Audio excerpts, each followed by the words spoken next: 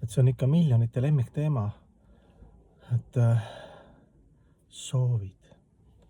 Ja kuidas nagu leida see harmoonia, balanss või loogika või filosoofia, kui vaatad enda sisse ja väljapoole, et mis sagedusega siis nagu soovid täituvad ja mis soovid ja millal ja kuidas ja seal, noh, ma ei tea, kust otsast alustada, et noh, paljud ütlevad ka, et vanasõna, et head osad soovid ei ole täitunud, pärast tuleks, noh, kuuli pähe pidanud laskma, et noh, jumal tänatud, lollist peasse midagi soovida ja jumal ei täitnud. Või siis vaatad seal pühakirjades ka, et suured imed juhtuvad. Kunagi ma vaatasin ka, see oli Jeesus Kristuse film, väga hästi tehtud ja et oli ka, et noh, et Jeesust uskuda tegi noh palju imesi, eks ju, ta oli Shakti Avatara sanskriti keeles, eks ju, vaimsest maailmast tulnud noh, siia inimeste keskele mängima sellist tavalise inimese justkui rolli, näitama eeskuju ja siis inimesed suhteliselt lihtsameelsed sellel ajal, et siis nagu näidata läbi imed, et noh, et eksisteerib midagi kõrgemat. Ja siis, et samal ajal, noh, ristil nagu, et seal filmis ka, et nii palju asju juhtus imes ja samal ajal mingi hetk, kus oleks vaja ime juhtuda, siis ei juhtunud ime, oli mingi draama, eks ju. Suur teema, seal Isevanissadis öeldakse ka, et Jumal on see, kes täidab meie soove. Ja teiselt poolt iseenda poolt vaadates, noh, ilma soovideta elada, ainuke, noh jah, impersonalistid ütlevad, et kõikidest soovidest, vaimsetest ja materiaalsetest loobuda, et siis lähed nagu Brahmachyotisse, see on ka üks versioon. See ei ole niimoodi, et seda versiooni ei ole. Aga siis pühendunu või no ütleme see, kes tahab mitmekesisuse seiklusega jätkata ja aktsepteerib loodust ka kui isikulist aspekti, mitte et isikusetust aspekti, mis ka eksisteerib, Brahman, aga siis Bhagavan aspekti, siis tema püüab oma soovid nagu ühendada Jumala soovidega. Kuna Jumal on nii suur, ta nagu nii läbib kõik on loonud, siis noh, valik on nagu päris suur, et kindlasti mahub sinna ka sinu soovide gamma. Et sinu soovid, mis läheb kokku sinu andega, sinu unistustega, lootustega ja samal ajal läheb nagu Jumala seadustega kokku, et armastusseadustega vastuollu lähe. Et kui ta on selle hankara pealt, mina mulle, minu ekspluateerime kõike hirmu peal, et siis see nagu teine variant, mis materiaalne maailm pakub, et mängida sellist illusoorset Jumalat, et saada see kogemus, et see ei toimi. Et see on selline noh, kõige algsem esimene samm vaimses elus aru saama, et Jumal võimaldab, et eksisteerivad loodusseadused ja meie oleme osake ja lahutamatu osake loodusest ja meie võime avastada ja justkui olla illusioonis nagu väiksest liivakastist teeme noh, suure lossi, et emme issi vaata, ma tegin suure lossi, mina tegin, no jaa, aga noh, kus sa liiva said, eks ju, ja siis see kehafunktsioonid, see kehafunktsioonidest vastutavad seal pooljumalad, Jumala erinevad energeetikad, Jumal lõppkokkuvõttes hoiab asju alal, paneb liikuma, loob ja hävitab, eks ju, kõiki neid aspekte Vedad väga põhjalikult kirjutab. Et sa isegi seda juukse kasvu ei kontrolli või viskad toidu sisse, kes seda seedib seal ja kõik, et Vedades,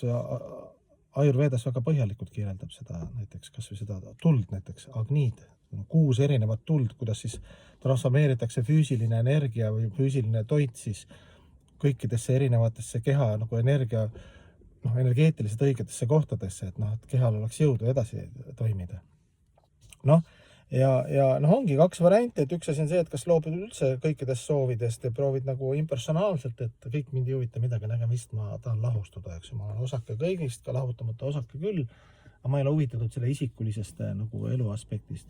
Või kui on isikune elu aspekt, siis sa pead nagu harmoniseerima oma soovid, õppima siis oma läbi teaduse ja heade iseloomu omaduste puhastusse, noh, selle üldise seaduspärasusega, selle Jumala tingimusteta armastuse seadusega. Omakusu püüdmatu, spontaanne, eks ju, tingimusteta armastus, mis see siis nagu tähendab argipäevas, et see on väga sügav teadus ja kultuur ja oskus ja siin on vaja ka paramatma Jumala armu, et kuidas siis navigeerida siin nendes erinevates luupides, nende erinevate elusolendite vahel niimoodi, et sa jääd armastusse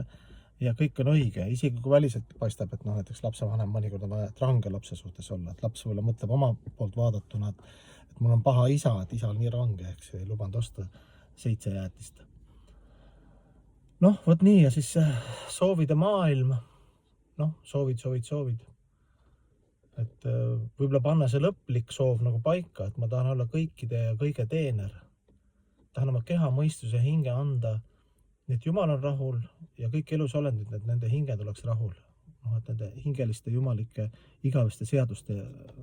pealt nagu ja siis kasutada seda materjali, mis mul on, eks ju. Selline keha, selline tüüp ja nii palju asju mul on, šaktit ja nii palju ma oskan ja ega mul ei ole selle midagi palju. Või öeldakse ka, et ega me oleme nii väiksed, ega Jumalal on tegelikult nagu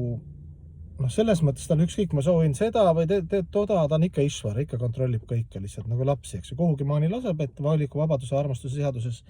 kuhugi maani minna, aga siis ta nagu ikkagi nagu mingi hetk nagu et siin, kui siin iga inimene kadeduse, iha, viha kadeduse pealt või selle pealt nagu oma soove saaks täita, siis see maailm 2 sekundiga või 1 sekundiga, vabandust,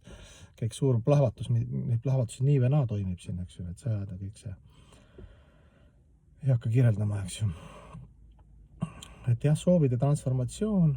soovide vool, võib-olla siis ei ole mõtet soovidega võidelda, need soovid tulevad, lasta neil ennast inspireerida ja mõelda, et nad on jumalikud,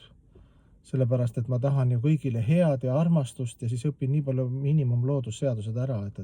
mis see siis nagu argipäevas tähendab, kuidas see siis, mis see tähendab, siin võib palju filosofeerida, et on erinevad annetuse tüübid, et kui sa annad poisile, kes tahab seda raha, annad seda raha talle, siis ta joob nagu järgmisi viina ostab, et kas see on, et sa täidad nagu tema soovid ja siis sa nagu ise oled ka pärast on nii hea tunne, et ma ju andsin, aga tegelikult sa annetasid valesse kohta, see inimene degradeerub. Et kuhu annetada ka, näiteks kust aidata või jah, et seal on selline lõputu filosoofiline kamma, aga mõned mõtted.